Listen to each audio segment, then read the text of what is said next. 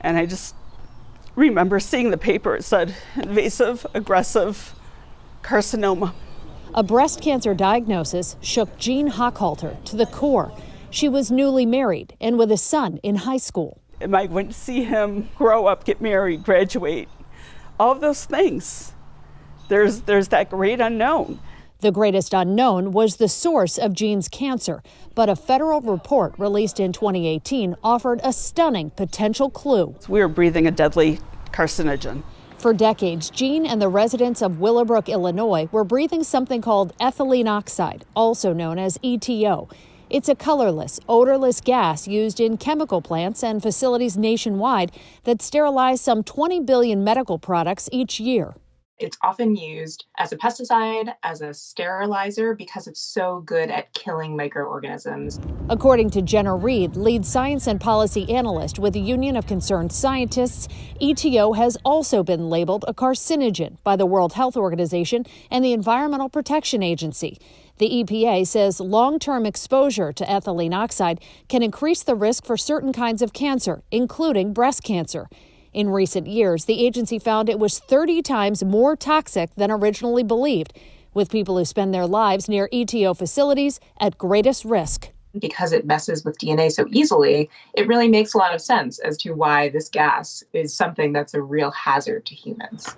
In Willowbrook, a company called Sterigenics is facing hundreds of lawsuits from people claiming they got sick as a result of ethylene oxide. They claim the cancerous gas was emitted by the facility on a continuous basis, dispersed into the air just steps from the town center and less than a mile and a half from 3 area schools. I just can't fathom anybody saying that's okay. It happens across the country. There are 25 communities considered high priority by the EPA because of health risks, including an elevated cancer risk associated with ETO emissions.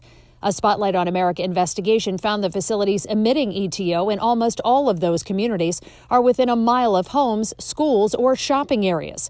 And while the EPA has formally notified and met with people in many of those communities, a report from the agency's own Inspector General this past March shows people in at least half the areas with an elevated ETO cancer risk still haven't been warned by the federal government. It's completely outrageous, and communities have the right to know what they're being exposed to, what they're breathing in their air, what their kids are breathing. And this is something that has been incredibly urgent since 2018, yet we're still not seeing this action from EPA.